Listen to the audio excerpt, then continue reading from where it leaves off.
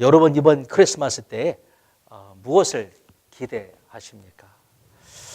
앞으로 4주일 동안에 우리 예수님께서 우리에게 말씀해 주신 설교를 가지고서 예수님이 우리에게 말씀해 주신 그 핵심이 무엇인가를 좀 생각해 봤으면 좋겠습니다.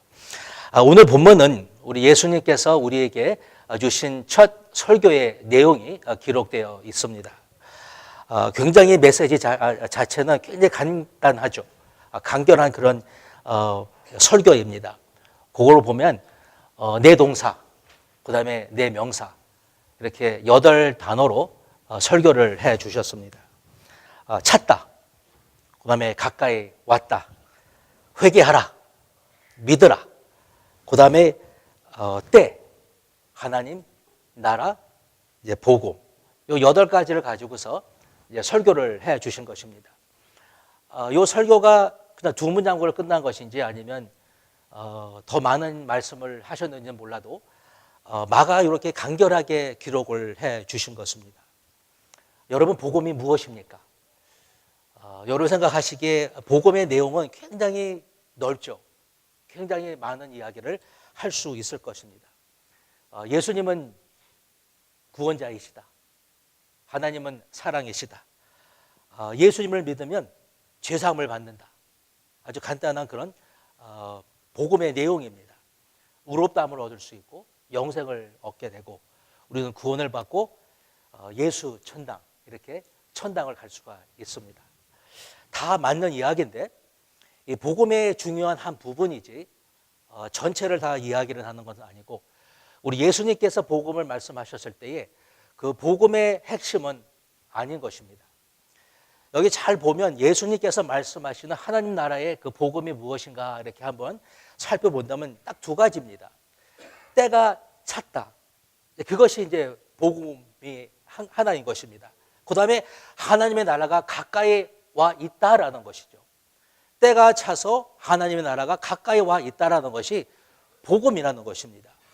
이것이 예수 그리스도가 전해주신 복음이었던 것입니다. 그 당시 유대인들은 이제 구약 마지막 때 이 말라기가 말씀을 전한 그 후로 신약 사이에 지금 400년이라는 그 침묵 기간이 있었습니다. 그들은 그동안 400년을 기다리면서 메시아가 분명히 온다 그랬는데 언제 올지를 모르고 기다렸던 것입니다. 100년인지 200년인지 그게 300년인지 400년인지 참으로 오랫동안 기다린 거예요. 어떻게 그렇게 오래 기다릴 수 있었을까? 여기 14절을 보시면 요한이 잡힌 후에라는 말이 나옵니다. 이 말은 드디어 구약 시대가 막을 내렸다라는 것입니다. 이제 끝났다라는 거예요.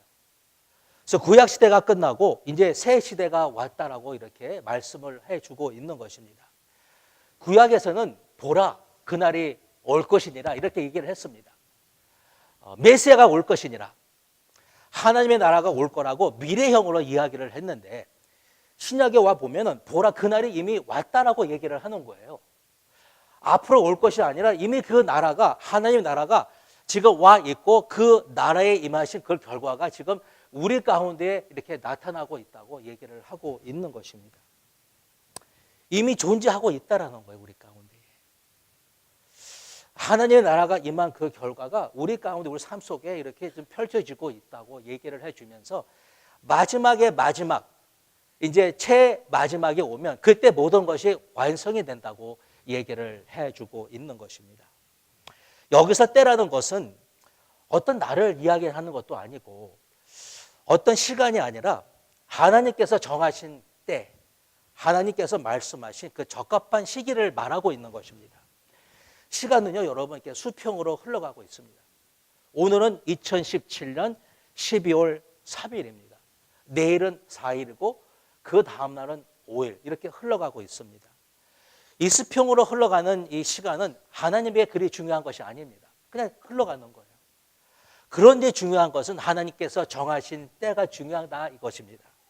하나님께서 수직적으로 임하신다라는 거예요. 하나님의 뜻을 실행하시고 성취시키는 그 시간이 있는데, 이 결정적인 이 시간이 있는데 이것이 수직적으로 개입하시는 하나님의 때라는 거예요. 그러니까 시간은 흘러가고 있습니다. 우리가 원하든지 원치 아니하든지.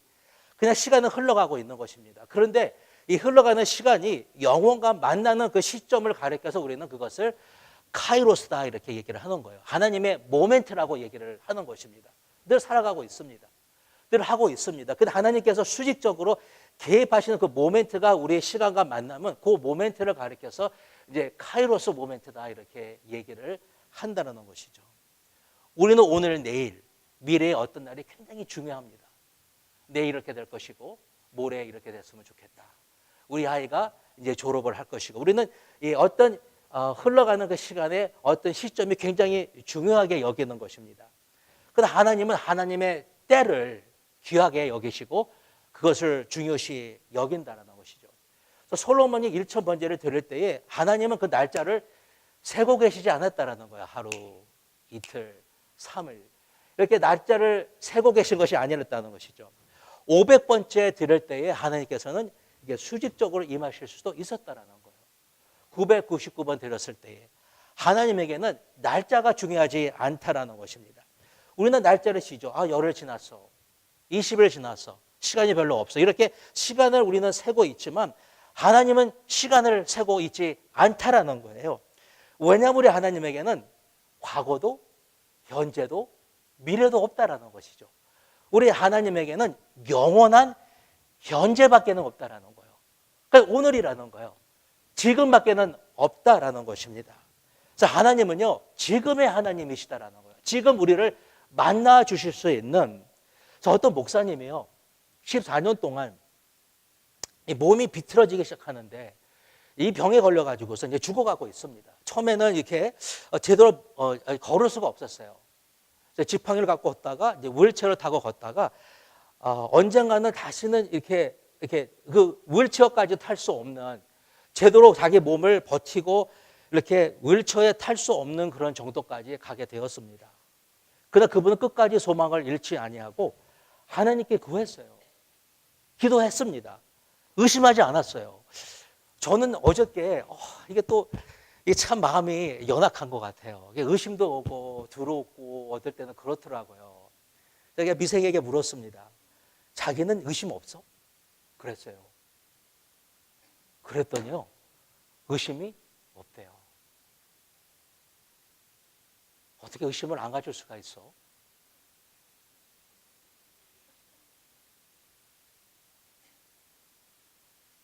나는 의심이 와요. 그분은 의심하지 않았대요. 의심하지 않을 수 있는 거예요. 14년 만에 병이 완전히 났어요. 제가 집에서 뵀어요. 어떻게 그렇게 날 수가 있을까? 누가복음을 보면 18년 동안 허리를 펴지 못한 그 사람이 회당에서 말씀을 듣는데 아마 처음은 아니었을 것 같아요. 늘 말씀을 듣고자 회당에 찾아갔던 그 여일, 그날 예수님을 만나고 허리가 펴졌어요. 왜 18년 걸렸을까라고 생각을 할 수 있습니다. 왜 400년이라는 기간을 하나님께서 기다렸을까? 왜 1천 번제를 드려야지만 하나님께서 말씀을 하셨을까? 그거는 모릅니다. 시간은 하나님의 소관인 것입니다. 인생은 가만히 있어도 흘러가고 가만히 있지 않아도 그냥 수평을 흘러갑니다. 어떻게 시간이 그렇게 빨리 갑니까? 금세 갔어요. 저는 월요일부터 화요일, 수요일 이제 장례식을 준비하기 위해서 그렇게 시간을 거기 가서 수요일, 목요일 어떻게 지나고 올려나 그랬더니 지금 여기 와 있어요. 금세 시간이 간 거예요. 갔는데 돌아오고 있어요. 비행기 안에 있는 거예요, 지금. 시간이 너무나 빨리 가고 있는 것입니다. 그런데 여러분, 우리 안에 있는 이 믿음이라는 것이요. 이 믿음이 굉장한 것입니다. 이 믿음이라는 것은 이 수평의 흐름 속에서 가만히 있지 않는 거예요. 우리 믿음이라는 것은 계속해서 하나님을 바라보라는 거예요. 시간은 흘러가는데 내 영혼은 어찌하여 낙심하는고. 그 소망을 하나님께 두라고 내 안에 있는 그 믿음이 자꾸 일러주는 거예요. 그래가지고서 시간은 흘러가는데 그 속에서 수직적으로 임하실 그 하나님을 기대하면서 그 소망을 하나님께 두게 하는 거예요. 이 믿음의 역사인 것이죠. 믿는다는 것은 다른 것이 아니라 이 카일로스의 하나님을 믿고 가까이 이미 임한 그 하나님의 나라를 믿는 것이 바로 믿음이라는 것입니다. 하나님이 와 계시고 그 나라가 여기에 이미 와 있다라는 것을 믿는 것이 믿음이라는 거예요. 예수님은 하나님의 나라가 가까이 왔다고 말씀을 해주고 계셨습니다. 2000년 전에. 그들을 기다리고 있었는데 이미 왔다라는 거예요. 그것이 좋은 소식이라는 것이죠. 기다리고 있었어요. 언제 오나 기다리고 있었었는데 가까이 왔다라는 것을 말씀해 주셨을 때 그것이 복음이었다라는 것이죠. 예수님에게는 하나님의 나라가 천당이 아니라 우리가 죽으면 가는 그 천당이 아니라 하나님의 그 집에 통치가 임하는 어떤 이런 공간을 얘기하고 있다는 것입니다. 어떤 목사님이 설교를 하셨는데 이 천국에 대해서 너무나 멋있게 설교를 하시고 보니까 이 성도들이 다 감동을 받으셨어요. 그래서 이제 물었습니다. 이렇게 좋은 천국을 가고 싶으신 분들 한번 손 들어 보십시오. 그랬더니 모든 사람 다 손을 들었다라는 거야. 다 가고 싶어서.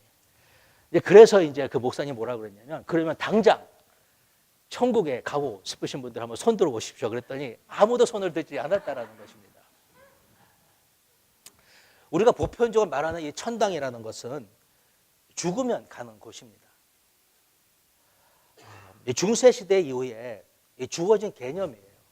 그 전까지는 나중에 가는 것이 아니라 이곳에서 이렇게 경험하는 것이 천국이었던 것이죠. 하나님의 나라는 가는 곳이 아니라 먼저 임하는 것이라고 말씀을 해주고 계시는 것입니다. 그래서 예수님께서 말씀하시죠. 내가 하나님의 힘을 입어서 내가 귀신을 쫓아내면 하나님의 나라가 너희 가운데 이미 임하였다고 이렇게 말씀을 하셨던 것이죠. 하나님의 나라는 것은 가는 것이 아니라 우리 가운데 임하는 것이고 이미 와 계신 것이 이게 보여지는 것이라는 거예요. 그래서 예수님께서 가는 곳곳마다 하나님의 능력을 나타내셨을 때에 귀신을 쫓고 병든 자들을 고치셨을 때 하나님의 나라, 이미 임한 그 하나님의 나라가 보여졌다라는 것이죠. 하나님의 나라는 이미 우리 가운데에 와 있다라는 것입니다. 나중에 가는 천당 맞습니다. 나중에 갈 것입니다. 어떤 사람은요, 내가 거기에 갈 수 있을까? 지금 돌아가셨는데 이 사람이 하늘나라에 가 있을까? 그것을 걱정하고 있는 것입니다. 우리는 여러분 하나님의 나라가 이미 우리 마음속에 있기 때문에 확신할 수 있습니다.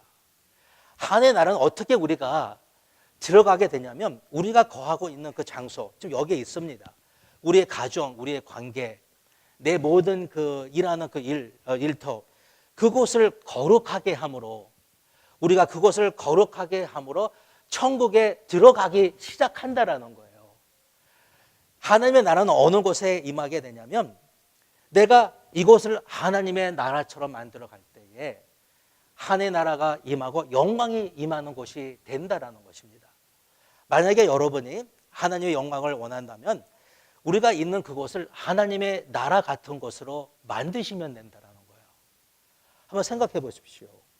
내가 있는 곳이 어디든지 상관없이 그곳을 하나님이 나의 왕으로 나를 지배할 수 있도록 그곳을 내가 만들어 간다면 우리가 마치 하늘나라에 있는 것처럼 천국에 있는 것처럼 내가 지금 천국에 사는 것처럼 우리가 서로 사랑하고 서로 섬기고 하나님을 찬양하고 예배하게 된다면 거기에 하나님의 나라가 임할 거라는 거예요.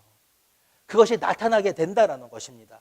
사랑과 겸손, 그 안에서 성경을 통하여 하나님의 나라가 이렇게 우리 가운데에 나타나져 보인다고 말씀을 해주고 있는 것입니다.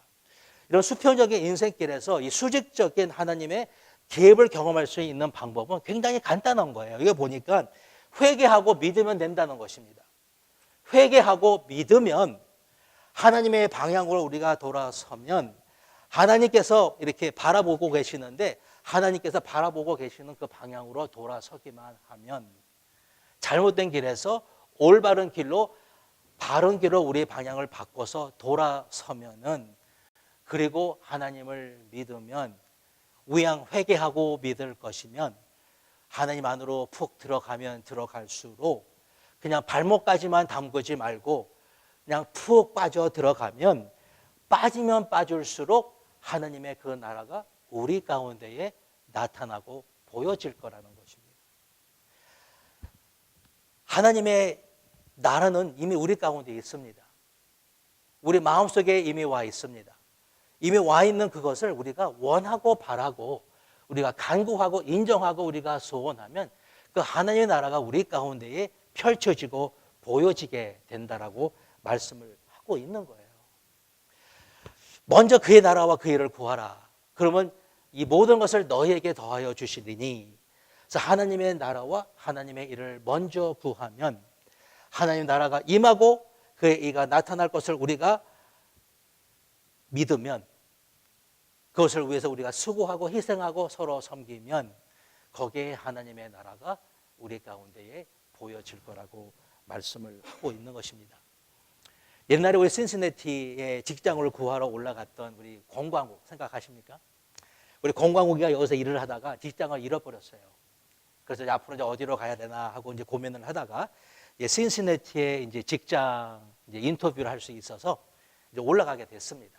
이제 올라가서 내려오면서 이제 잡을 얻게 될런지 안 얻게 될런지 아직까지 모르는 그런 상황 속에서 이제 하이웨이 타러 내려오는데 그 하이웨이 75 내려오다가 한 입구에 보이는 그 사인이 있었어요. 그 사인이 뭐였냐면 New Beginning이라는 그런 사인이 있었다라는 것입니다. 새로운 시작이라는 어떤 단순한 평범한 사인이, 그 사인을 통해서 하나님의 그 음성이, 하나님의 나라가 자기에게 지금 수직적인 하나님의 개입하심이 그 사인을 통해서 왔다라는 거예요.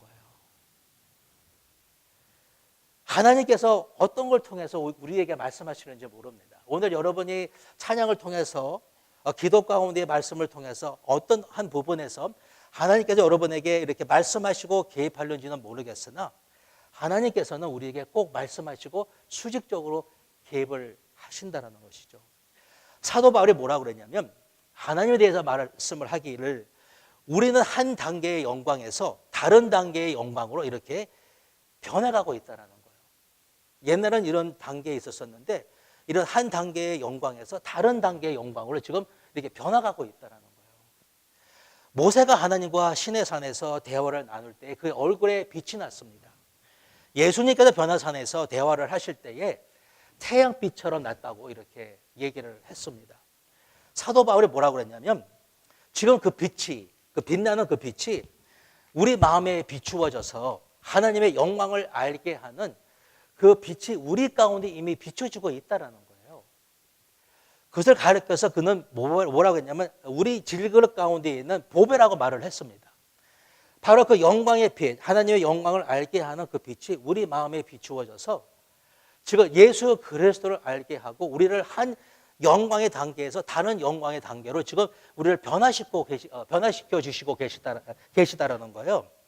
그래서 그 하나님의 크고 놀라운 능력이 내게 있지 아니하고 하나님에게 있다는 것을 알게 하는 그 영광의 빛이 우리 마음속에 지금 비추어지고 있다는 것입니다.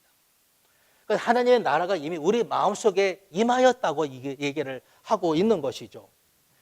그래서 우리는 답답한 일을 당하여도 낙심치 아니하고 사방을 우겨쌈을 당하여도 우리가 쌓이지 않은 것은 이 안에 바로 그 하나님을 아는 그 영광의 빛이 우리 가운데 비춰지고 있기 때문에 그렇다고 얘기를 하는 것입니다. 이게 어떤 것이냐면 우리 가운데 그 영광의 빛이 지금 비추어지고 있잖아요. 있습니다. 그래서 내가 한 영광의 단계에서 다른 영광의 단계로 지금 변해가고 있습니다. 그래서 이걸 통해서 나는 하나님의 임재를 더욱더 열망하게 됩니다. 하나님의 임재를 열망하게 되고 내 안에서 이런 변화가 일어나고 그러면서 나뿐만이 아니라 내 둘레 모든 사람들도 변화될 것을 원하는 그 갈망과 하나님의 임재를 원하는 그 열정이 만나게 되면 여기서 성령의 역사가 일어나기 시작한다는 거예요. 한번 생각해 보십시오. 내가 하나님의 임재를 열망하는데 내가 하나님의 임재를 열망할 수 있는 그 이유는 내 안에서 역사하신 하나님의 영광의 빛을 말미암아 내가 변해가고 있다는 거예요. 내가 변해가고 있으면 하나님의 임재를 더욱더 열망하게 될 것이며, 내가 변해가고 있으면 나뿐만이 아니라 내 둘레에 있는 모든 사람도 변화될 것을 내가 갈망하게 된다는 것이죠. 그래서 하나님에 대한 그 임재에 대한 열정과 남도 변화해야 되겠다는 그런 이 갈망이 만나게 되면 거기에 하나님의 나라가 나타나게 된다는 거예요. 우리 안에는요, 이런 것을 원하는 것이 또 있으면서도 내가 세상의 방법으로 이 세상식으로 살아가고자 하는 그런 경향과 성향이 있는 것입니다.